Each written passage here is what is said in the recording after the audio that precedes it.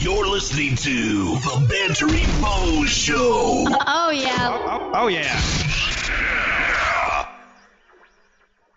Hey, Bows fans, it's your boy Brian, and today's show is brought to you by the Bantering Bows Amazon page. Please do all your shopping using the Amazon tab on thebanteringbows.com. It is the best way to support the show, and it doesn't cost you a penny extra. Thank you for all your support, and now, on with the show. Okay. Are we on? We are on. Power. It is on. Do it live. Do it now. Do it now. Do it now, and I'm back in October. Do it now. Getting drunk off my ass. Ooh, that's German. Come with me if you want to lift this keg. Oh my god, it must be true. Pump you up.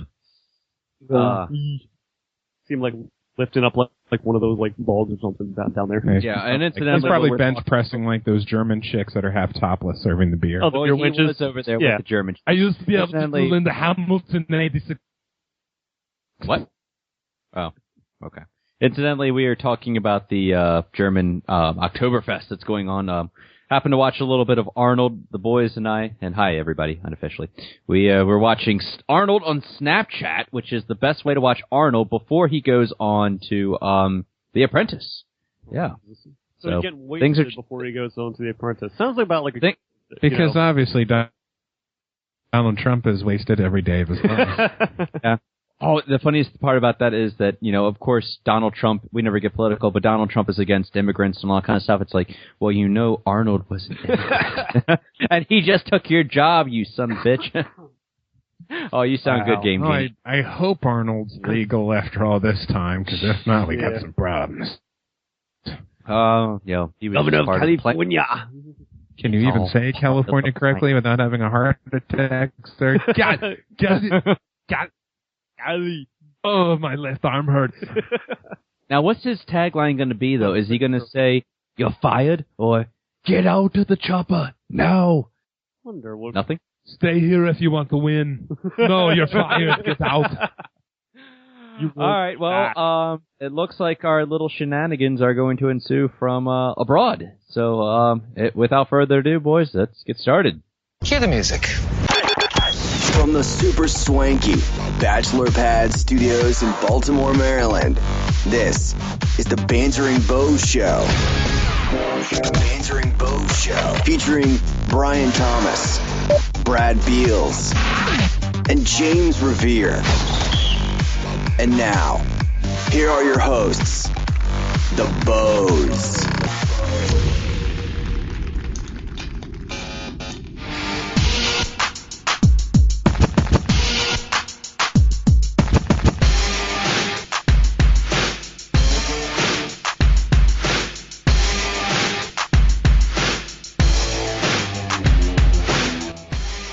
Welcome, everyone, to the Bantering Bo Show.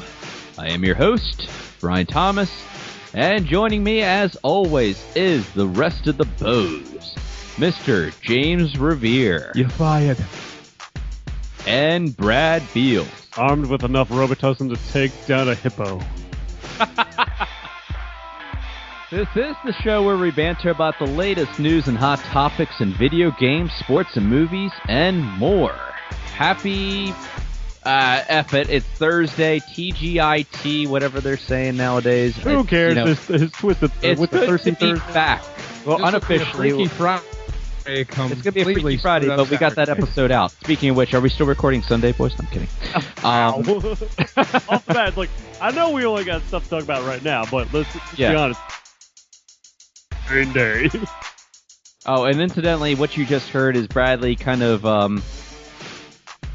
out of it, and the reason is because we are recording in two locations. We are recording in Bachelor Pad Studios in Baltimore, Maryland, as well as the Honeymoon Suite. No.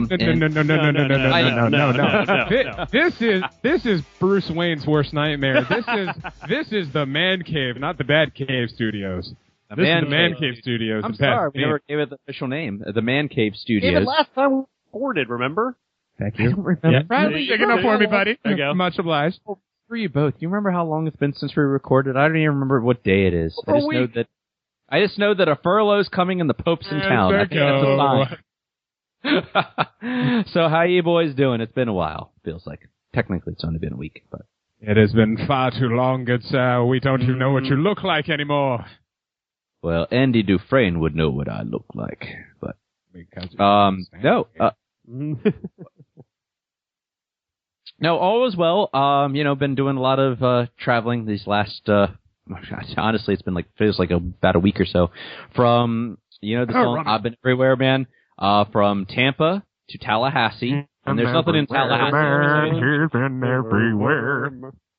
There's nothing in Tallahassee. I'll tell you that right now. Went to a wedding out there.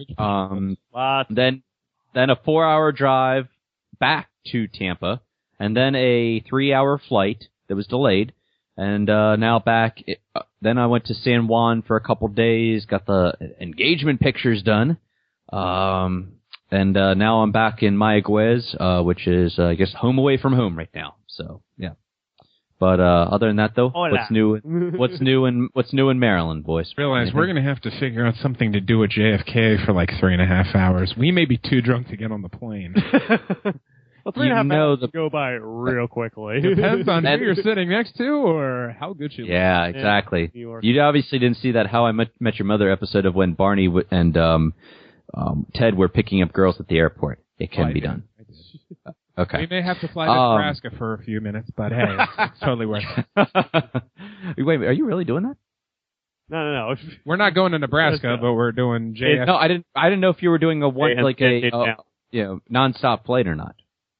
That costs too much. The one we saw that was going to go from BWI to Tampa, we waited a day too late, and it was immediately booked out, so we had to take the one where it goes BWI, JFK down to San Juan. But hey, a lot of hot chicks in New York, and, And they're all going to San. Yeah. Puerto Rico when we're supposed to. We'll be at the resort around, 9:45, 10 o'clock. I do hope that you have a thing. I hope you like brunettes. That's all I'm going to say. Because that, there are the fake ones. But anyway, though, lots of stuff to get to. I don't even know where to begin right now. But first of all, doing nothing what's that? I said, he's got material. I've been doing nothing but trying to get over a cold. Brian, why don't you share with us some of your stories of travel or movies? I have no stories. That's why we talk about them. That's why I talk movies, because I have no life. Time. Yeah. No, I didn't get a chance. Story time with Brian. Ooh, I hope it's going to be an adventure. Oh, adventure time! There we go. He knows what it's from. Yeah. No, I did, all things considered, I did have a chance to see a movie this week, and it's one that we did put on our fall movie preview, Black Mass. And I don't know if you guys, I doubt if you had a chance to see it because Bradley's been sick, JR's got all kinds of stuff going on in the background and stuff there. And kudos to you, golf clap for you. Congrats there, buddy. Yeah. I will tell you though that going into this movie, first of all, even though it is in a different country, they still do it in English, but they just give Espanol subtitles so that I still saw it the way it you would normally see it anyway for us in the States. Let me just say that Johnny Depp, I'm not a fan of Johnny Depp. Okay, I liked him in Pirates of the Caribbean, the first one, The Curse of the Black Pearl. I'm trying to think of other movies I've really seen of his, and I really can't think of anything. But let me say that a ton of movies. It was good, dude. It was a great movie. It was a great movie. I'll give it a 4 out of 5 right now. Whatever you think about Johnny Depp, I'll give it a 4 out of 5. I never was on the bandwagon for Johnny Depp, and I know that he's got the reputation, as does everybody else, of making crap movies. What's the one that he made at the beginning of the year? Mordecai, I think it was. Yeah, that was. Yeah, Mordecai. Oh. Alice in Wonderland, yeah. I'll let him slide with Alice in Wonderland. The one with the Dark Shadows or whatever it was. Any Tim Burton movie is, starring Johnny Depp, pretty much. Aside from Edward Scissorhands. Johnny Depp, it's either, Tim Burton, it's either Helena Bonham Carter or Johnny Depp or both. Oh, yeah, God, there's one lady that just, oh, God. Blech. Anyway, luckily she wasn't in this movie. Tim Burton had nothing to do with it, thank God. one name that you guys might know, or you'll know, there's a couple names in this. You all know Benedict Cumberbatch. Most English person on earth. Exactly. Pretty much. And it's so hard for him to hide that accent. All right, Black Mass, first of all, before we even go into it, it's about the British gangster. That's one I want to see. Actually, there is a British gangster movie called Legend coming out with Tom Hardy. Now, that one we'll talk about another time. Tom Hardy, I need to see more. So will he actually speak in that one, though? He's playing twins of himself, so he better be. No, this one is about the Boston gangster crime lord, infamous, based on a true story, James Whitey Bulger. Do not call him Whitey, or else you will get on his bad side. It talks about, it started off like around the mid-70s and into, it just like a flashback kind of movie, and just kind of like little parts of what was going on. Like I said, it's based on a true story.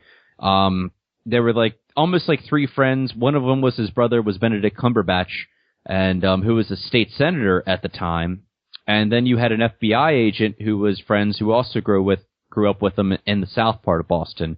And that's where all this is taking place. And BS in the world. Departed. It's Boston. It's like, come on. The town. Boston. The Tea Party. Boston. The I'm actually kind of Boston. I'm kind of glad that you mentioned it, though, because going into this, I was like, all right, it's not going to be as good as Departed. And Departed is one I hold close to my chest because that's probably one of my favorite top 10 movies ever. Oh, definitely. It's not as good as Departed, so don't go in with that. Figure that. Yeah, and that's fine. I mean, Departed, not just from my scope, I think that it is just that highly respected of a movie. It's Scorsese, DiCaprio, and Matt Damon. You can't lose. Exactly. And, Marky Mark, too. Why not? Yeah, true. Pretty much any actor in there. I mean, God, Alec Baldwin. What's his name? Martin Sheen. Sheen, yeah. I've got What? Eric Bowen. Oh, yeah. God, who else was in that? Oh, Jack Nicholson. Christ, how could I forget Jack? Obviously. Anyway, and actually it's kind of funny that we mentioned that is because the character of Jack Nicholson from The Departed, I believe, was loosely based on Whitey Bulger, if I'm not mistaken, too. And you can see that in this movie. The fact that there was really a guy, like a crime lord in Boston such as this, Johnny Depp, you can get past the makeup. I know you guys have seen at least the trailers or the TV spots for it. The makeup's, you can tell it's Johnny Depp wearing, however much makeup, because that's that kind of kinky crap that he's into, and that's fine. I can only imagine. Have you seen any of them with Tim Burton films? Yes. Honey, tonight is Jack Sparrow night. Tonight is Whitey Bulger night. Jesus. Tonight is Mad Hatter. Oh, dear God, if that is like his thing, honey, let me just slip into the closet for a second. Why is the rum gone? Where's my Tommy gun? No Tommy gun in this movie. No, easily, it was a more character-driven in here. You're looking at mainly two big characters in this. If you're familiar with the name Joel Edgerton, he was in the movie with Tom Hardy, The Fighter. Not The Fighter, the other one. It's about the UFC kind of kickboxing kind of movie. Warrior. That guy. Yeah. That guy. He was in Smoking Aces too, wasn't he? No, he could have been. I don't remember. Actually, one that people always forget. He was in Revenge of the Sith. He was the brother in that movie of Anakin Skywalker. It actually ends up being the uncle of Luke Skywalker. He was in Zero Dark 30, all kinds of movies. Anyway, though, it's focusing on Joel Edgerton. He's one of those guys who's in everything, and you go, what the hell is his name? I'll never remember. Yeah. He did the one with Christian Bale last year, too. Exodus. He was that guy in there, too. He didn't even look like him. I think he stole the show for this movie, and if, the way everybody's talking is that he could get an Oscar nomination for Best Supporting Role. Who knows?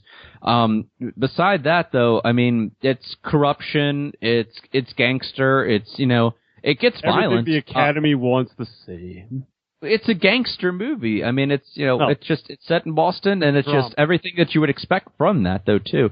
I think how they told the story was really cool because I'm not going to give away spoilers, but it's just that you're hearing it from different points of view from people that were in this guy's organization and so forth, though, too. And you're just seeing it just like the chaos effect. Is it all done in like flashback style, basically? Sort of. It doesn't go do too many. The flashbacks aren't like horrible. I mean, it's like. As long as they start with Wayne and Garth from Wayne's World. The feds are. The feds are interrogating Whitey Bulger's his gang almost so too, and they're saying, and his gang is kind of like getting immunity for some of this too, and they're just they're telling these stories and then flashback to this event of so and forth or whatever there too. I highly recommend it. Like I said, now's the time where the movies, you can start going back to the movies. It's okay for that too. There's lots of other good movies. Now. Yeah, Siccaro's on my list next if I can. If I can't find it, honestly. That's the one with Emily Blunt, Benicio del Toro, and Josh Brolin. That one, I have good feeling about that. The other one would be The Martian. Yes, Matt Damon. That comes out actually next week. Alone on the planet by himself. Meets Interstellar. Yeah, essentially. Interstellar with a story. Interstellar with a story. Yeah. Well, no, actually, a story that we can understand as viewers and not an overly complicated plot. Yeah, you don't need which we have honking, vibrating next to you to try to figure it out. I think you should figure this part out. Christopher Nolan does not know what he's talking about. Red Lobster. Anywho, though, yeah. So, really like this movie. What's that? I would, if you really enjoy the Depp as John Dillinger in Public Enemies. Yeah. It was him and Christian Bale going head to head. That's pretty much what would be the closest to his style. I think that's the first thing that was running through my head when you said, "Oh, gangster." No, yeah, don't think of it like that. Think more on the lines of The Departed. I think that one he was a robber, and that this one he's a killer, and he's into everything. So yeah, definitely check it out. What was I going to say? I don't know. There's no transition. JR, what's going on with those pesky Ravens? Oh, dear Lord. I obviously didn't miss anything because, hey, here I am in the middle of Tallahassee getting football updates, and I'm like, Oakland? Winning? What? Yeah, about that. They quarterback who has this thing called talent. I thought this was a backup quarterback. No, this kid was drafted in the first round last year. His name is Derek Carr. And for the people who recognize that last name, his brother David was the first round pick of the Houston Texans. The only reason he didn't work out in the NFL is because the Texans said, "Oh, we got a quarterback. We don't need an offensive line." In the NFL, he was sacked 84 times. In 16 games, he was sacked 84 times. What? Exactly. That probably explains. There's that mucus, Bradley. He got it up. So thick. Oh. He was so shell-shocked by the end of his first season, he had no chance. The Raiders, on the other hand, they drafted him. They made sure they signed some decent linemen to kind of say, I guess we should protect our investment a little bit. But one thing about the Raiders is their draft philosophy, even after Al Davis had passed on, was, I don't care how good they are as long as they're fast. These last few years, they have drafted some big, heavy, muscular, extremely fast. Now, you go back to the Ravens versus Broncos, and you remember that one key thing that was biting us in the ass from the word go was giving them too much of a cushion to get a full head of steam. Yeah. They clamped down a little bit. Bam. Everything was solved. The only reason we lose is because of, lucky interception. Somebody couldn't catch a ball. Yeah. Lucky crap. This game, however, granted you lose Terrell Suggs, which, yes, that sucks. Presence on the outside. You need to game plan for him. But we had absolutely no pass rush whatsoever. So that in itself gave their guy at least, 12 to 18 seconds to figure out how to beat us. Right. But on top of that, though, you have a 3-man rush, prevent coverage. So basically, we have Denver revisited, only this time the D coordinator he didn't think to maybe tighten the screws a little bit. Yeah. Yeah, that was a basketball score there almost too. Yeah, like I said, kept getting those updates, 30-33 or whatever the score was, and I'm like, what? Yeah, because you look at that and go, wait a minute, hold on. The Raiders? Yeah, because when was the last? All right, no, here it is. The last time we played the Raiders when they were good was the AFC Championship before we made it to the Super Bowl. And Christ, was Jerry Rice on the team at that time? In the year 2000, Shannon Sharp ran for a 96-yard touchdown reception, and we ended up winning like 16-8, or something. Yeah, but Now, as much as I'm going to sound like an absolute toolbag for saying this, oh no! After Al Davis passed away, they started drafting. They started waking it up as like, oh, hold on. I mean, granted, Sebastian Janikowski will be a Hall of Fame kicker, which is really hard to do. Right. They are possibly the first team, and at least in the kicker in the first round. Like he was like the 7th pick overall of a year's draft under Al Davis. That's the thing of, you really did that with a kicker. Wow. But these last few years, they have a stud linebacker to kind of anchor the outside of the defense.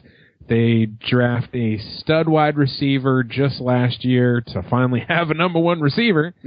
And this past draft, they have a stud quarterback, which actually, if I remember correctly, they drafted him in the 2nd round. So they get a number 1 receiver for the franchise and a franchise quarterback in the same draft.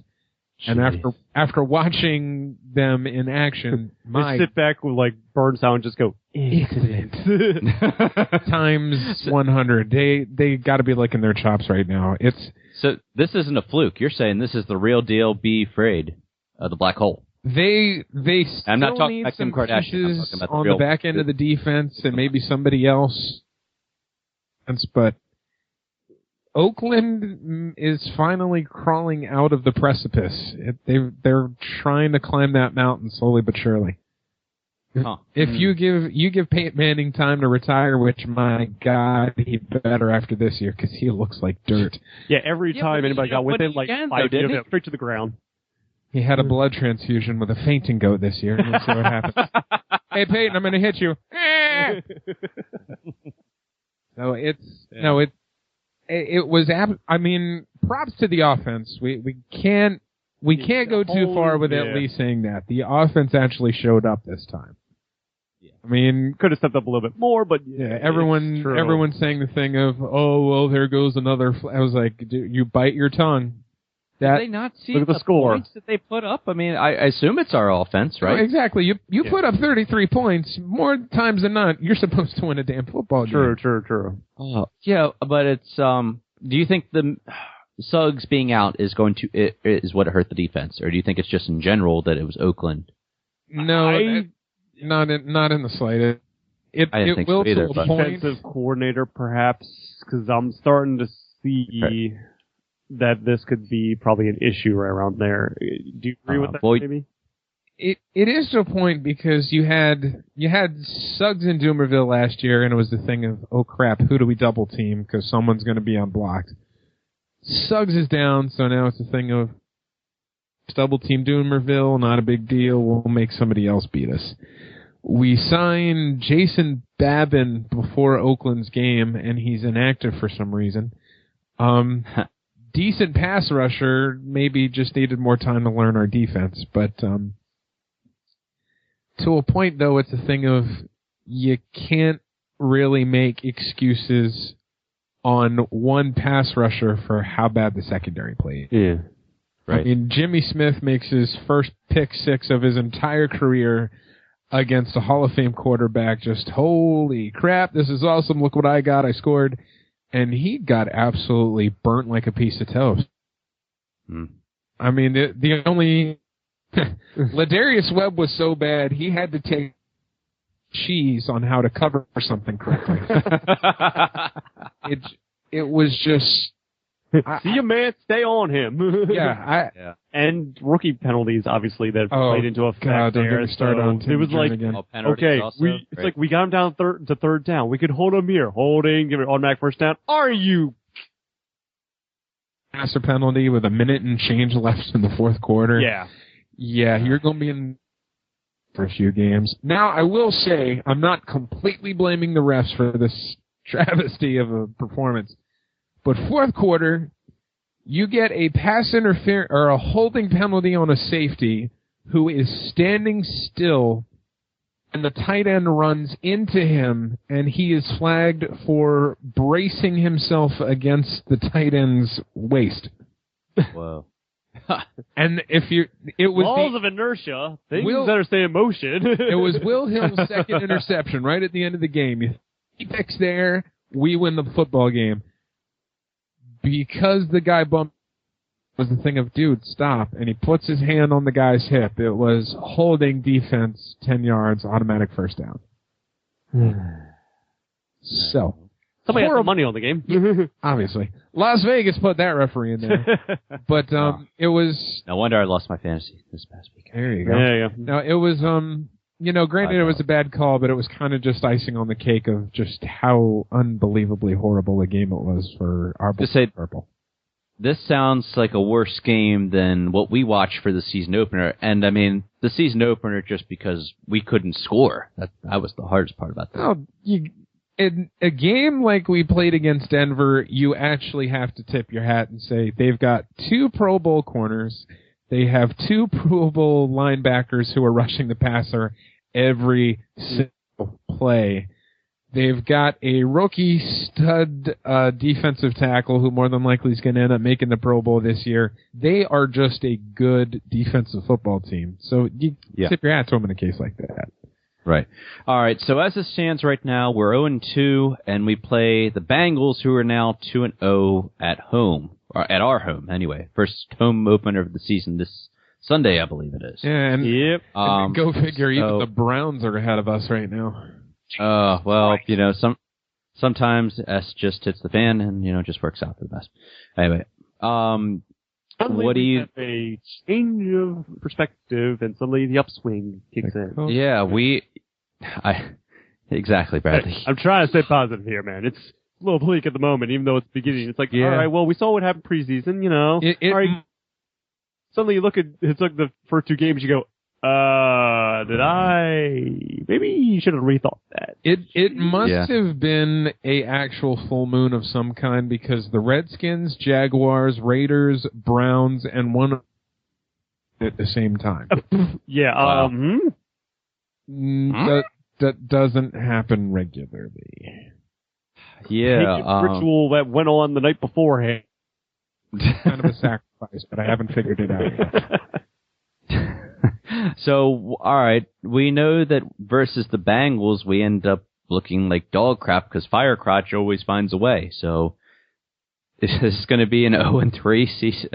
To after John Sunday? Harbaugh in his career with the Ravens is 13-1 in home openers thus far. Or 13-1.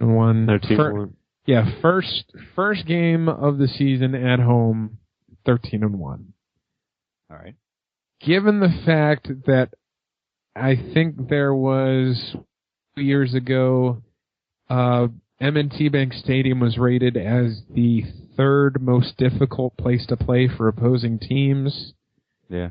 Well, they never met a drunk Essex person, I'll tell you that. Oh, I have no idea. I put feminist element out of that. Hey man, you want some of these bath salts, man? Goes on. I got 5 teeth, but I could still yell. As I can tell you firsthand by reading these message boards how ungodly, stupid animosity and fired up this fan base is right now. Yeah. Yeah. You want blood. you want you want broken eardrums and you want blood at the same time, you go to M&T Bank this Sunday, because I don't want to guarantee a victory, but this is going to be a different team than what we saw last week. Yeah. It's kind of going to be a hard-fought contest. It's a coin flip because the Bengals and the Ravens always play each other extremely tough. Yeah. But it's going to be one hell of a football game to watch, that's for sure.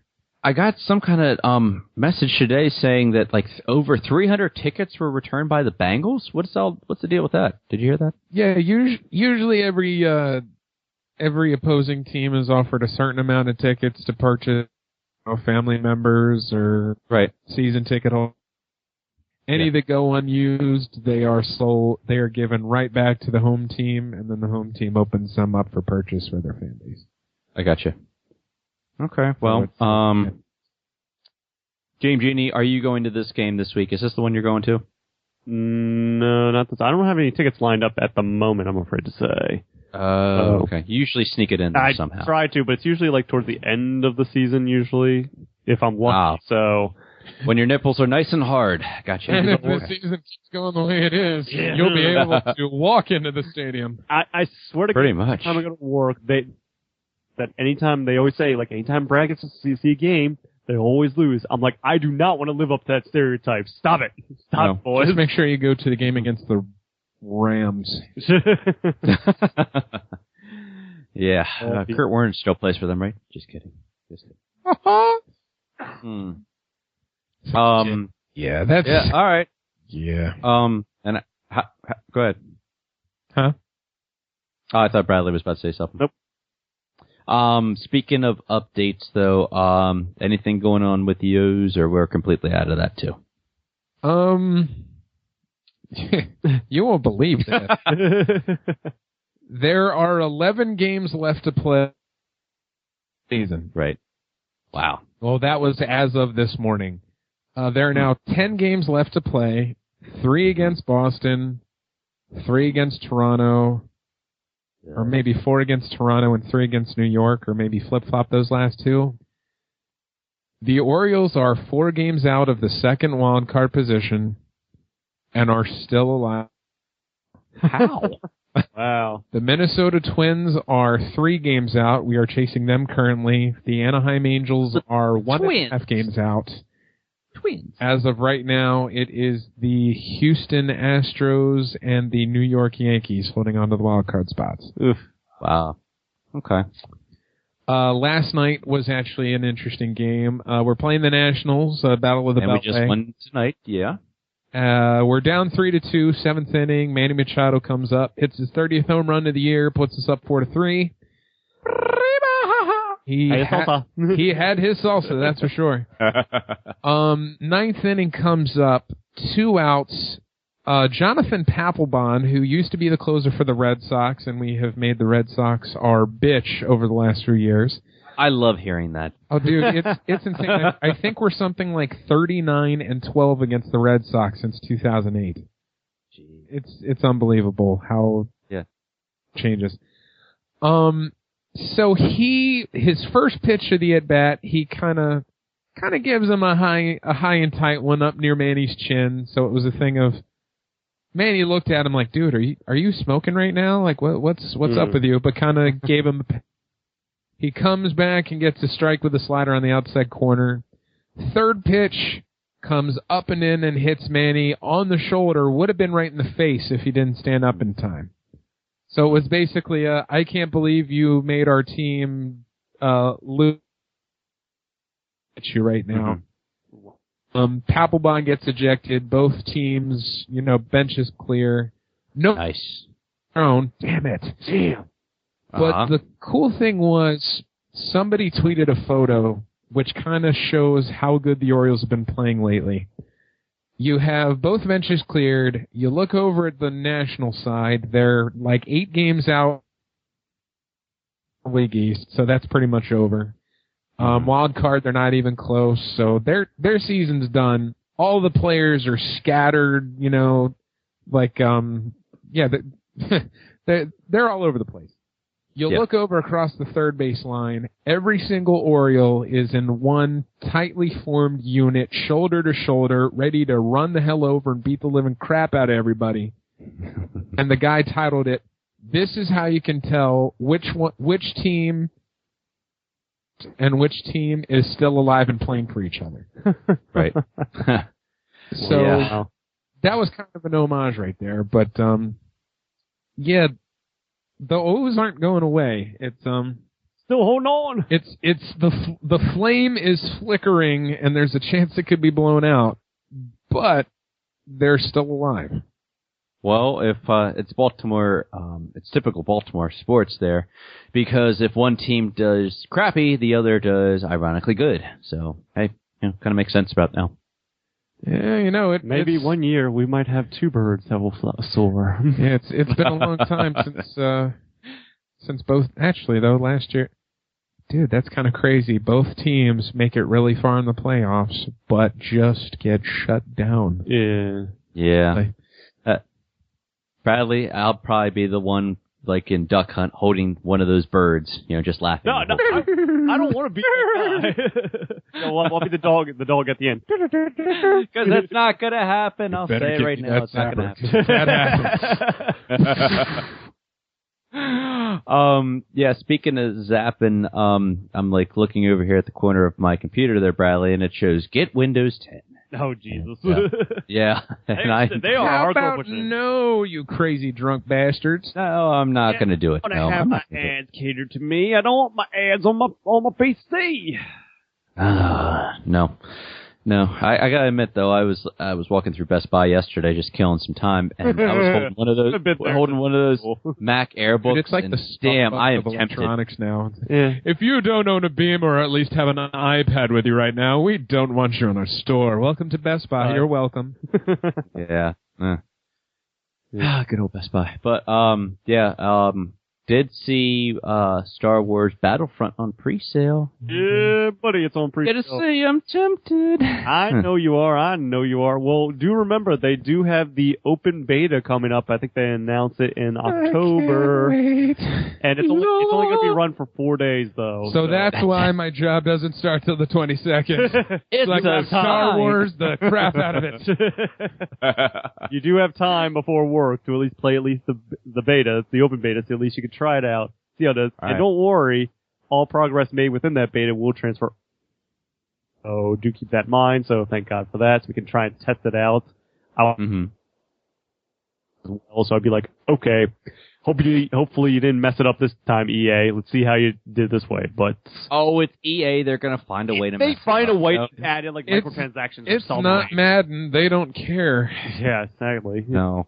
It could be the same, especially with let's be honest. At least they're not Konami, basically, as we learned at Tokyo Game Show and report there, where they're like, yeah, video games, we're not going to do that anymore, except for Pro Evolution Soccer. We're going to keep that franchise. All these other ones, Castlevania, Metal Gear, Silent Hills, yeah, screw. I wish you could make Kiri. You ask me. Yeah. They've officially announced, basically, from a French news reporting site, that basically they've stopped production on all AAA title games except for Pro Evolution Soccer, which apparently... Who the frick gives... Sorry to interrupt. Who gives a flying F about that? The European, apparently, a lot of, especially the European market will go for that, but the thing is, especially, is that you have your biggest competition be FIFA, especially the EA version of it, and especially if you're on PC version of playing the latest version of Pro Evolution Soccer, the PlayStation 3 version over to it is not well optimized, doesn't load well, and frequent crashes, apparently, from what I'm hearing. So, yeah, pass on that. Yeah, really? Yeah, it's the PC version, not really that good. Console version, I'm sorry, I haven't tried it because, I don't keep up with the sports ones, but at the same time, Pro Evolution Soccer, I don't know. Because Game Genie's not a rube like you and I, James. He doesn't own a console. Well, no, the reason why... Us uncouth, uncivilized gentlemen. No. Peasant, you're beneath me. You own a console. No. The PC master race will step far superior to the console peasants. I hate hearing that freaking thing all over the internet. I don't care. But, I know exactly why they're going to keep Pro Evolution Soccer, because it's a yearly franchise. You pump it out quickly basically every year. You probably put little to no investment into it for a business standpoint, essentially. So it makes sense to just keep with that, where you have, let's say, Metal Gear, Solid the Phantom Pain that just came out. That took about $80 million to produce, and apparently there's supposed to be more content to that game, but when Konami, stepped forth, I think they cut. Who knows if maybe that cut content may come back in DLC? We don't know, so that's only speculation, but that's crappy to hear that, especially. But how's it coming along with that right now? Coming close to halfway, about 66 hours into the game. Jesus. Side quest. Things I'm noticing right now, and I'm noticing apparently a lot of people have noticed in the game, besides the grindiness, is that a lot of the main missions start to become a little bit more like filler, shall we say, where it doesn't seem to progress anymore in terms of the story, like Hideo Kojima usually does, crazy arcing, bravado is that like to spew out their philosophy to why they have to do something in a half-hour-long cutscene. But it comes down to the fact that you go into a mission, it's like, all right, we have to figure out if this guy is maybe working in cahoots with Skullface. So why don't you extract him for us? Really? Is that about it? Yeah. Then we need you to go check his truck. See if there's any yellow cake in it. Birthday or nuclear? You tell me. Birthday. Damn. Screwed up. All right, check this other truck. Yeah, damn it. Right. Don't get me wrong. You're still going to have the great gameplay in that game as well with the stealth. It's a little bit more forgiving now. I mean, there's a lot more ways that you can, approach a target in ways. I mean, you can go in full stealth, go in full Rambo if you want to, just drop a tank in and go, Rambo and everybody else, or you can literally just set quiet in entire base. She is so OP. Yeah, we had to post her the other day. It's a good photo. What can I say? I'm proud of that. It was an excellent photo. Nice and, figure is nice and rounded. That's all I'm going to say. And all. Yeah. She has to that way. She has to breathe. What's it? Well, say again? She has to breathe. People who played the game, they will understand that. Wow. Okay, then. Yeah. Not gonna lie. So. That's the reason. She has to breathe. But,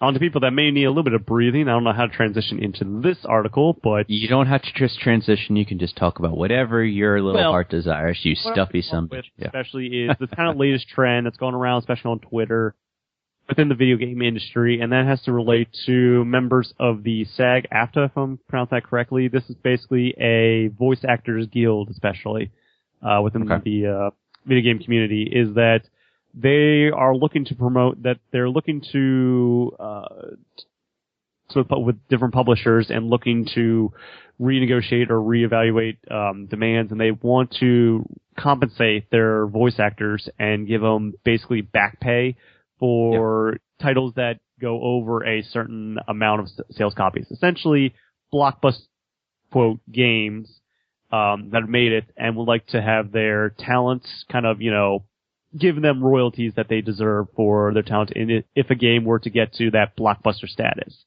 At the moment, there is none at the moment. You basically get paid, which your, contract is. The guild goes and the contracts to the individual voice actors. Now, we're not talking we're talking big name titles, big name, voice actors out in the video game industry. We're talking people who are on board with this potential strike if their demands are not met, like Jennifer Hale, who's been in pretty much every video game known to mankind, most notably known for as the voice of Fem Shepard from the Mass Effect series. You have Will Wheaton there. He's pretty much in almost anything as well. Sheldon's arch nemesis. Basically, yeah. Ashley Birch from Hey Ash, What You Play in the Internet series, but also known as Tiny Tina from Borderlands. Just found this out the other day, and I cannot believe it plays Chloe from Life is Strange, which the 5th episode should be coming out next week, I believe, as well. So I forgot that she was even playing her. You also have Tara Strong, known especially that we know her especially as the latest iteration of Harley Quinn from the Batman games, especially. So she's on board for the strike. David Hayter, the original voice he's on board with this. Say again, David Hayter. David Hayter. Yeah, definitely him. What do you do the voice for? Solid Snake. Okay. Yeah, for the Metal Gear series. So, yeah, not Keith or Sutherland that's doing version. No, the OG David Hayter. The one that you and the one that I grew up with, and pretty much all the fans are like, yeah, as much as, Keith or Sutherland, sorry, this dude knows how to do Snake. He's just too big of a name for you, Bradley. Just say Solid Snake, you're just like, David Hayter, done. For God's sake, in the end of the first one, he even says in there, as he puts up on his Twitter account when he said he posted, he just puts that one scene where they ask him, "What's your actual name?" He just goes, "My name's David." And he says it in the game and has it on his Twitter page. It's like, yeah, nice. Fans, I think you'll be on board. Other known talent that are out there who are on board with the strike, Phil Lamar, who also did Vamp for the Metal Gear series as well. He's also known for, he did back in the day, other TV, this is going to be TV related that you may know him from. He was on Mad TV back in the day. He also voiced for Futurama, Hermes Conrad. He also does a couple voices on Family Guy as well. He does the judge, especially. I believe he also does, what's the weather guy? Oh, Ollie Williams. Oh yeah, Ollie Williams. Ollie. Yeah, he does him. What's the weather, Ollie, right now up in Baltimore? And now to our Black Weather Studios. What's the weather out there, Ollie? It's comfortable outside. Thank you, Ollie. Thank you, Ollie. Yeah, so Phil Lamar especially, he does a lot of different. Okay. So So with this strike, how long could it go on, and what's that's the thing is that it's in the pre-phase again. Right now it's just the voting. Right now it's going out to vote whether or not strike. I believe the decision will go on in October 5th, if I'm not mistaken. It's early October. I want to make sure whether or not SAG-AFTRA will decide to go ahead and go on strike. So that means a lot of the major premium talent will go on, will not, perform any acts of service basically, or anything that's considered under their vocally stressful essentially. So put a lot of hurt on the video game industry looking for talent and voice work especially. Now, to make up for that, they may go to a lot of YouTube sites or a lot of amateur, ones out there as well. So to kind of scabs at the same time, scabs basically. But at the same time, I wonder with this amount of back pay that they're looking to and essentially royalties is how far back they can go, because with the industry being as evolving as it is, essentially, back to let's say, early, 2000s, or we're going to the 90s, especially with some of the voice acting in there. If a game got up to, again, they're saying about 2 million, but depending on especially how, sales figures were different, in the early days to what it is now, especially. I mean, you look at a sales figure of Call of Duty compared to how many, let's say Super Mario 64 sold. There's a big difference in terms of sales figures at the time. So, I'm just curious at how this whole thing will actually act and how it will actually affect the industry down the line, especially. So, I know the voice talent. These are the big names, especially voice talent actors out there right now. But trust me, they got other work that they can do, especially. So they're not going to be hurting. Just they're I like a little bit bigger paycheck. You remember that game I did 3 years ago that got Game of the Year paid? You owe me a little bit more. So do you guys think it's? I guess I'm going to throw out the question to you guys and get you involved. Do you think it's a fair idea to be doing this, or do you think it's them maybe being a little too greedy in regards, shall we say? Greedy. I know it's kind of spur of the moment, kind of tricky at the same time. Yeah. Well, before you go with that, I had one thing to add in. What's his name? Is it Kevin McClory? No, Kevin McConroy. McConroy, yeah. The only reason I bring him up is just, if anybody knows the Batman games, he's the one who's always done the voice of Batman, except for the previous one before Arkham City. Arkham Origins was the only one where they used it. But you would classify him as that guy, whoever he was, as being a scab, and the same with the Joker too, I think. Yeah, with that Phil The thing, especially with the Joker, it wasn't actually, to tell you the truth, the guy who did Joker's work was, oh god, now the name just escaped. He did good. I remember hearing his voice. He did well, but the guy who did Joker is actually pretty up there. God, the name escapes me right now, but he was, the voice actor itself, I'm gonna tell you another work he did is he played, the lead for, BioShock Infinite. He played, Booker DeWitt, so, okay. He's not, Troy Barrett, that's the name itself. So he's not, just a low guy. No, he's done a lot of work as well. So right. It's just. Well, the guy who did Batman wasn't, though. Okay. Well, but it was like a film. I bring this up to you as my question would be, did that take away from your game experience because there was a different voice, say a Scab in there just because? To fill it in, I don't. Yeah. So I think it also comes. I think the main thing from a gamer perspective. Yeah, I think what really took away from, especially when it comes to the game, is the voice acting may alter just a little bit of the aesthetic, but what alters, especially when it comes to gameplay, especially when it came to Arkham Origin, is that did the game function? Because that game had a lot of issues off the bat. Okay. If the game doesn't have a lot of issues, and it doesn't have a lot of issues, that's great. Also, and the voices are different. Is that going to ruin for the fans?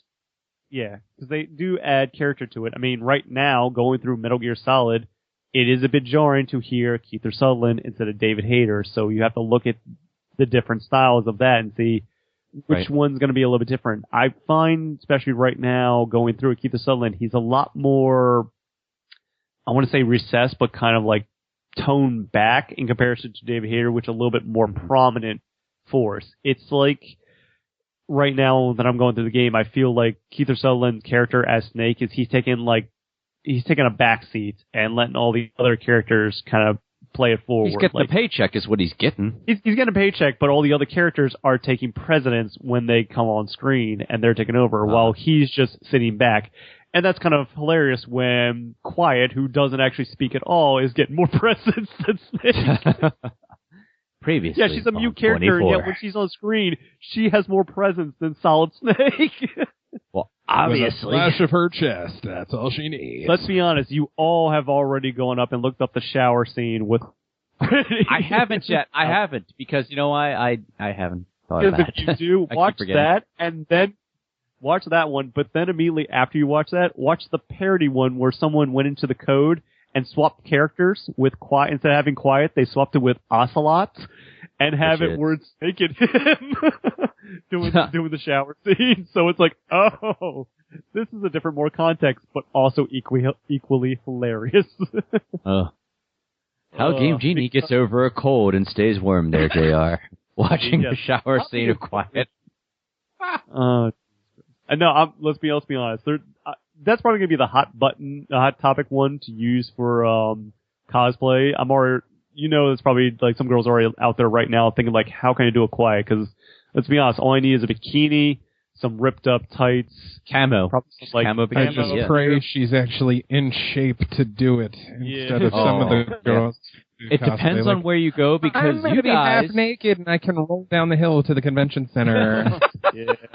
I was gonna say, I'm glad you brought that up because you guys this weekend it's Baltimore Comic-Con. That is correct, yes, sir. Yeah. I assume today is Thursday when you guys listen to this. The audience will be Friday, so Comic-Con will have already kicked off. When are you guys going? Friday, and you guys are going to go. You're going tomorrow. No. We're not going Friday. We're going on Saturday, like the main 2 days. I went Saturday last year, and it was a little bit more quieter than I would have expected a convention. I see what you did there. Yeah. Quiet. No, I mean there wasn't that many people. So we say, trust me, there was a good enough crowd, but not like to the level crowdness I would expect a convention. Round a lot and get some good. It's not Otakon. Yeah, there's a clear difference between it's not BronyCon and Otakon because the level of capacity, shall we say, and attendance there, two separate, ballpark space. Are you guys just going to be? Is anybody dressing up, or are you guys Are you just going to play the Peter Parker there, Bradley, and just hope for the cosplay chicks to come up to you and so forth? You know what the funny thing is that was actually I told James before he started the show. I'm like, you know what I could do for a cosplay? It's like you read his mind. It was like if I wanted to do cosplay, I could just do a Peter Parker, just wear like a Spider-Man Spider-Man would work out shirt perfect. under it.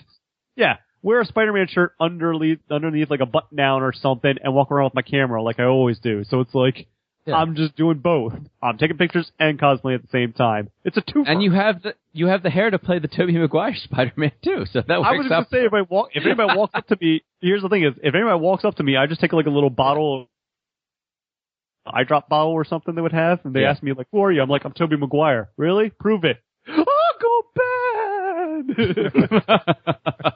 And JR can be Flash Gordon. Oh, God. JR could be a real good Flash Gordon. Whatever his name is. Yeah, it was Flash Gordon. No, I don't remember. It was Flash something. Anyway. Yeah, so... I'm a cop, and I'm damn good at my job. Yeah, that would be... Yeah, I don't know exactly the amount of guests that are going to be there, but it sounds like you guys are going to have a hell of a time there. I know some people from... What's that? Because I always tell myself, like, going there, I'm like, all right, don't spend a lot of money, just go in there, maybe like a few things, make a comic book here and there. I'm telling you right now, there's one line of like figures out there right now. I cannot remember the brand name of it, but they just released some Skyrim ones out there. If they have them there, I'm totally getting one for like $20. Right. And a couple comics out there to look out for as well. I do want to see if I can get myself a hands-on copy of latest one they're doing right now is Deadpool versus Thanos. Right. Right now they're running that series, and I'm like, just as a crossover special, and but fighting Thanos just because. when the first page of it on the cover just says Deadpool is just yelling out to Marvel, I was just kidding. It's only 16 hours till it actually begins and counting. It looks like, and this one I'm a fan of, a couple stars from Arrow will be there. I know, Paul Blackhorn, he's going to be there. He plays the detective on there. Possibly the chick who plays, the Canary on there too. The newest version of the Canary. So, if you get pictures for me, I'd be very much appreciative of that. James, you got that done. Thanks. Or just snap a picture. You don't have to be with them. I mean, if you were, that's cool. Yeah. I'd be very jealous. You had me a chick. Yeah. Yeah. She's the hot blonde chick that dresses in black leather there, JR. I think you can handle that. You had me a chick. And actually 2 weeks from today, Bradley, you and I are going up to New York Comic Con. He's gonna be looking out for some more Star Wars black label ones. Is what he's gonna be doing. Jesus, I want my Stormtrooper. The Chrome one. So the third one came in the mail finally, and it was the smaller version. I told you, I knew it. No, it wasn't. What do you mean you knew it? What did you know? I already knew you had them lined up already. You know nothing. You know dick. All right, so you know nothing. No, I told you I was in the mood that day and I ended up ordering 3 Stormtroopers. I don't know why, but there's always something. Dude, aren't you saving up for the bachelor party? Yeah, there's going to be something that kicks in when I get up to the Comic-Con. Happened last year when I was at Baltimore. Hopefully it happens to you, Bradley. You're going to find that one thing. Same with you, JR. Just see something. Yeah. Last year, I told him, "Hey man, they have some signed copies of like Batman Year One, Frank Miller, and The Dark Knight Rises, like signed copies over at the charity booth over there." He's like, "Directions now." I'm like, "Walk in." It just made it. It was just such a. It became a quest. I go in there and I'm like, "All right, this is pretty cool." And then I got to the area where when you walk into the Baltimore Comic-Con, it's in the convention center there, and it just has like some panels of just like some, what would you call them, Bradley? Private comics, I guess. Not as big name anyway, though, too. Artistry. The indie guy, because the indie guys. Thank you.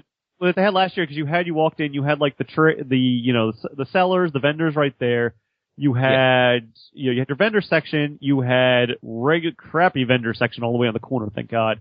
Then you had your artists, your talent, kind of your bigger name ones within the group. Then you had your indie section dudes. which those guys are really chill, I must say. Like, those guys, check out some of their work if you ever get a chance. Check out all the indie guys, because they do some good work, even if it's just regular art-wise, or even if they have their own comics. Like, there's some good-looking talent there. And then you have the actual, like, guest of honor panelists all the way in the back, especially. So yeah, Peter Mayhew this year, was I don't there. know the setup's going to be. I imagine the same, similar setup, but trust me, I just loop around like multiple times just seeing all that's there, and of course, seeing especially all the cosplayers that come in, because there's some really good talent. That's what it's all about there, JR. That's why he's going there. What? There's some good stuff out there. You saw my pictures from last year. There dude, is. That shredder was amazing. The Some Teenage tight Mutant Turtle suits shredder, out there, dude. Bradley. Tight. Yeah. I'll hope to find you quiet. Even right? Spidey was in a tight costume last year, I must admit.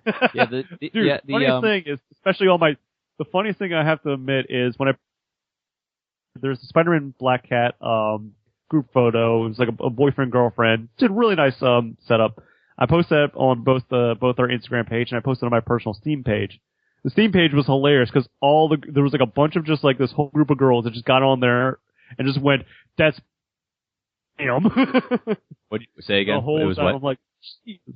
Oh, they were checking out Spider-Man's package the whole time. Our boyfriend doesn't have that.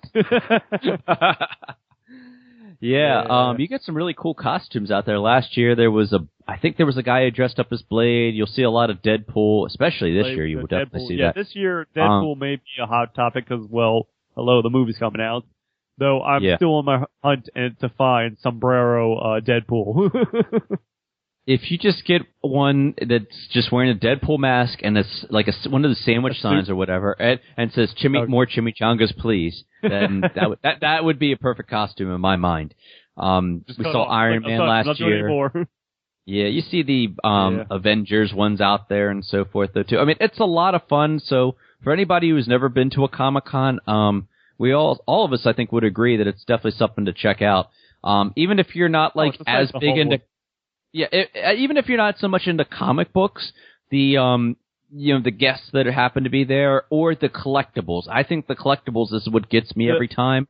Especially just walking through, seeing the figures. Of course, I'm not a big person to just like have one of those things, and plus I don't have $80 to drop on one of those things. But at the same time, the amount of detail that a lot of these companies do, especially do like pristine and like artistic looking, figurines of comic book characters is insane.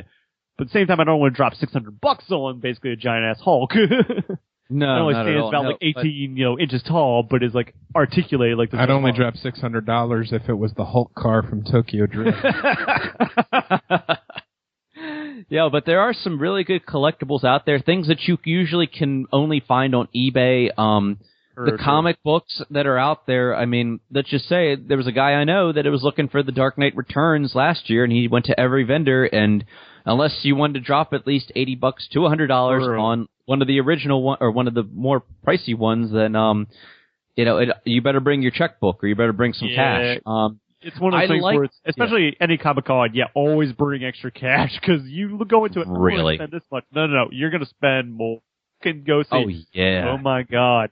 Is that a Escape from L.A. figurine from 1980? Yep. Yes. Find it. Yes. Is that a John McClane Die Hard with a Vengeance figurine? I'll buy that for $1.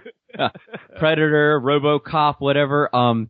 Do you guys remember the N64 games that were there too? People were selling those. Oh yeah, you knew I went through that. The sad thing is, I went through that guy's collection, and I'm going through and I'm at some of the cartridges from like the Super Nintendo days, and I wasn't just looking to buy. I was looking at it to see like, okay, how much does my copy actually cost? RPG, $5. Yeah, buddy. You're telling. I thought you told me the Mario RPG was gonna be worth something. Yeah, it's money. It's more of the upper end ones that are like ones to be pricey. It's not going to be like your super rare, but it's still one of the pricier ones you would have. Right. Is like 85 and up, shall we say? I want to say. Yeah, my goal is just to find a Mario Kart 64 at a decent price, and I don't know if that's ever going to happen at good all. Luck on that one. Yeah, trying to find a cartridge of Mario Kart. It's usually obviously the more popular ones, people that would play and have going to be the more pricier ones to do. You'd try to find something like Lover. It's like $1. Wow. You find that basically, I don't know how much that game actually is. It's probably cheap as hell now, but Yeah, like but any of the Pokemon games, especially, like those usually are pricey as well. Yeah, but even with that though, like you said, go out there and support the indie guys, especially just because, they're the ones with these ideas that aren't getting heard, and I guess we can kind of share something similar to them. It's just like we all have, well, maybe we have talent. I would like to think we did. That's hit. We have hidden talent out there. Revere here, for love of God. We have the talent that we need. James Revere. Oh shucks. You're such a kiss-ass baby. I'll tell you. What else I would say? So yeah, definitely Comic-Con Baltimore this weekend. New York in 2 weeks. Yep. Bantering Bows will be taking them both by storm. Look for all the, hope you guys have enough business cards to hand out this time. So I really do. Yes. I want it all. We actually have gone. business cards this time around. I can actually hand out and be like, hey, how's it going? How was this? Because we're special. In the words of JR. Let's see, we were about an hour and 4 into it right now. Yeah, we're good. One thing I did want to touch on right before we left, there's something that, speaking of Comic-Con and movies and so forth, because you do get a lot of movies that are out there, a lot of movie studios end up they want to share footage. They want to share just something from there as well, too. Yeah. You see that a lot, especially in San Diego. I think New York might be pretty bigger than I thought it was going to be. One guy that I hope is not going to be there is Paul Feig, because I can tell you right now, I just want to punch that sumbitch right in the eye right now. You guys will love this, because we love to hate on something. Well, yeah, when we hate something, we love to hate on it. So, we go full-blown crazy hate on it. Yeah. Well, what's kind of funny is it came out in the news today that Paul Feig, and if you don't know that name, he is the new director of the newly rebooted Ghostbusters movie. Yeah, exactly. And this was why I wanted to bring this up, because we always love ending it off on a bad note on here on the Bantering Bows. Obviously Feig gets a lot of hate right now on Twitter and social media because of let's face it, this. Yeah, well, because Ghostbusters is it's something we treasure and we hold close to the heart for at least the fanboys, and especially people like in Comic-Con would say. I bet you if you go up and ask 9 out of 10 people would say, when do you think Ghostbusters, what do you think? You say Bill Murray, Dan Aykroyd, Harold Ramis in there too. Yep. And, and we've already said this before, but we'll tread very fastly over this, is just that the idea of an all-female cast doesn't bother us. It's just that who they cast and who they're having it to direct it, it's probably going to be. Go ahead, Bradley. It just feels kind of cliche. You just want to redo it, but just almost just put a cover of paint over it. Basically, it's like it's the same thing, just new paint. It's like no, that's not what makes it special. It's Bridesmaids. It's what it is. Yeah, Fighting Ghosts. Bridesmaids Fighting Ghosts is what it is. Terry Crews wearing a dress when he was cast in this movie. Oh no, that's a woman. Never mind. Oh, yeah, no. That was what's his name? Thor. He's going to be the secretary in this, kind of cliche in there too.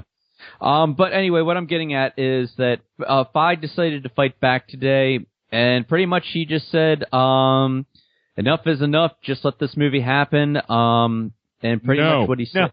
Huh? Stop it. I hear you. Stop it right now, you stupid man. Yeah.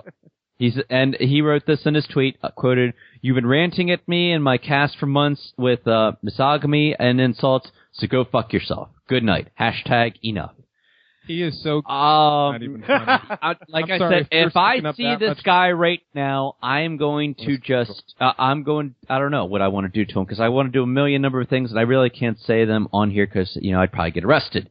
No, don't worry. I sure as hell hope he doesn't show up Reddit's already at said your it. 4chan and all the other sites have done it. What's that? I said, don't worry. Reddit and all the other sites have done it equally. I got one. Oh, yeah. You blew it! There you go. You blew it! Yeah.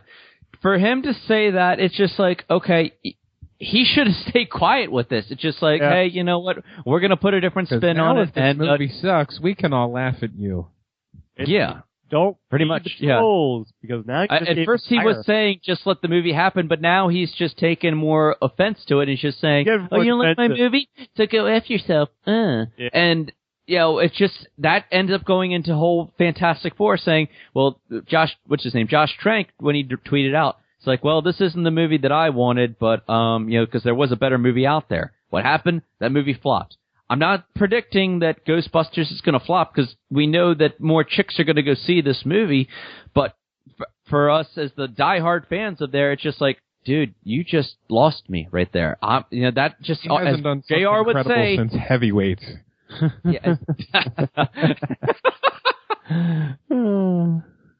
Yeah, as JR would say, dude, I'm just going to red box this because that just made me, he just lost me because I wanted to go see this You theater. lost the ticket sale. Yeah. Bradley, we always say we don't want a movie to fail. We don't hope for that. We just want to see a good movie. We want to be what good. What this guy has just done is he just dug himself in a ditch. He centered it around all his ego and his... yeah. Because why? Because he had a Rotten Tomatoes movie called Spy that made 94% on Rotten Tomatoes. Good for you. You know, you had Bridesmaids, you had whatever other kind of movies out there, and were they all star? Melissa McCarthy. Yep. Yeah. So, you know what? Her and Slimer can go suck it right now as far as I'm concerned, because... Female Chris Farley. And wait till that flavor of the week dies down, so will his career. Yeah. Yeah. I don't want this to fail, but at the same time, it's just like, I want them to, I don't know. It just gulls me. That's all. If you get this guy on a panel and he just said, oh, you know what? My movie's great. F you all, or whatever. I don't know. Gotta tell you, I'm gonna bring tomatoes. I'll tell you that right now. Somebody has been taking the Steve Bowl, Uwe Boll, approach to how to deal with movies and critics. I'm awesome. Clearly you don't understand my masterwork. Oh yeah. No, it don't get cocky. I mean, the guy's he's got some movies out there. I'm not saying, I've always said that I did like Bridesmaids, even though it was The Hangover. For dudes, it's just that he needs to, a lot of directors now have gotten cocky where they have to take that offense. Check yourself before you wreck yourself. Exactly. Yeah, it's just for a celebrity to come out. And we know that, especially on social media, once it's out there, and even if he does delete it, it's out there. It's out there, yep. Yeah. It'll blow up, and trust me, the trolls of the internet will be the of all. Oh, and Brad, you definitely have a good example for that. What did Jimmy Kimmel do? He was saying about the online gaming or just like watching people play games or whatever. What happened? He got death threats. So, and this has only been out for maybe less than 12 hours, so I can only imagine this guy's going to get death threats. But I mean, not anybody's stupid enough to do that. However, nor do I, believe in that kind of stuff. But yeah. If this backfires, you just go to a panel and you ask him, did you think about touching any of the kids on set of Heavyweights, or was that just you prancing around like a fairy in the dance sequence? Okay, well, sounds like this episode now. Yeah, I was gonna say, sounds like Game Genie needs that Robitussin, Benadryl, and stuff like that. Might I say, you broke your head? Put some Tussin on it. You ran out, you put some water in it, you shake it up, you got some Motussin. Might I say, Game Genie Unisom and Advil PM does not make you go to sleep all the way, so I would stay away from that kind of stuff. Just saying. I tried to fall asleep on the airplane and it wasn't working out too well for me. Yeah. So, anywho, though, you guys got anything else? Pretty good. Yeah. JR? All I hear are crickets. Okay. Actually, they have things out here called it's a little frog and it's called cookie, like that. And that's the kind of noise that they make. So that's all you hear. You don't hear crickets here. You hear cookie all the time. Not to be confused with ookie cookie. Anyway, though, cookie. Different than here. They are awake. Okay. Recommendations for the week, boys. Go for it. Just keep tabs on upcoming, obviously, open beta coming out. We talked about, especially Star Wars coming at the beginning of October. Next week. Can you believe that? I know, as well. Also, I believe next week as well will be coming out too. Have the closed beta access to Rainbow Six The Siege.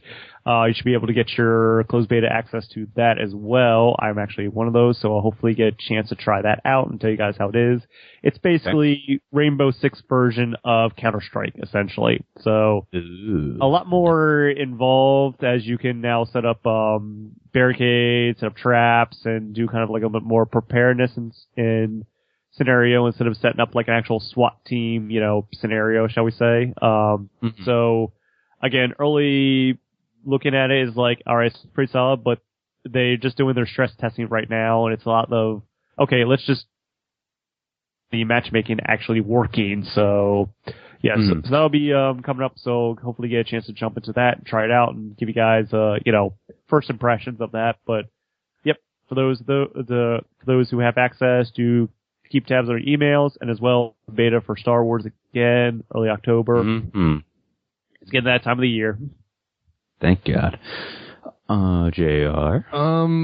What was second Planet of the Apes incantation that just came out? Dawn? Dawn. Yes. I would literally watch that just before Game Genie walked through my front door. Have you ever seen it before? No, I haven't actually. Oh, okay. Anybody out there who hasn't yet, I'd definitely give my stamp of approval on that one. Yeah, that was it's kind of a little more the last one, but that's just because I don't really like James Franco that much. But it was a good all-around movie, though. Check it out. Yeah. Right now out is obviously Black Mass. Definitely, I would suggest you guys go see that. It's pretty straight to the point, kind of a gangster, kind of crime lord movie. Obviously set in Boston. We have about a week or so before The Martian comes out. The Walk. The Walk is the one with Joseph Gordon-Levitt and the Twin Towers. Yeah. I'll go see that one to you guys because I know that didn't. The height thing didn't. Yeah, the height thing is gonna. But it's Robert Zemeckis, and that's why he's pushing the IMAX experience on that one. Well, yeah. Well, have you seen? Or when we go see this, will this end up like the whack virgin? Hold my goddamn hand, man! No, what Zemeckis can do, just really quick, what he did in, say, Castaway, when he, that whole plane. No, I don't want to talk about plane crashes. Jesus Christ! When they flipped the plane, when they flipped the plane in flight, though, that was just probably one of the best moments in that whole movie in general, though, too. But to see somebody, especially Joseph Gordon-Levitt, who I think is, still up and coming, and he is a great actor. To see him walking, it's CGI, as long as it's done well, I'll go see it. But to see a guy walk with heights like that, I don't know if I can do it. I'm gonna try. So. Yeah, really. Especially in the preview when he lays down on the wire. I was like, whoa, dude. Yeah, all based on a true story. I mean, it's going to be Hollywooded up, but oh well. Yeah, of course. And the last thing I would recommend is get out there with the rest of the Bows and get over to the Baltimore Convention Center for Baltimore Comic Con. It is happening when you listen to this. Don't know how much tickets are, but if you can afford, do not take your chick out for dinner. Just skip her, and just go out to Comic-Con. Go visit the boys over there. Take a picture with us, and you'll get a free business card. Hey, we can make a Bose T-shirt happen. Don't you worry. So maybe next year. At the price, well, at the price and the way the government is looking right now, yeah. Anywho, yeah. In the meantime, find us at thebanteringbows.com. There you will find all of our latest shows and links to all the various social media networks, Twitter, Facebook, and Instagram. Gentlemen, have a great week. You too, sir. You too. I thought they were gone. And to everyone listening, thanks as always for joining us, and we will catch you next week. Peace out. Here you go. That time. Buenas noches.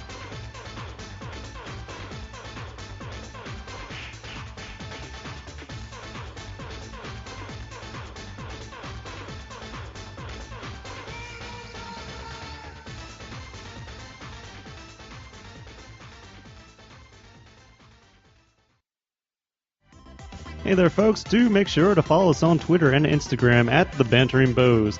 Also, be sure to like us on Facebook at facebook.com/The Bantering Bows. Thank you, and deuces.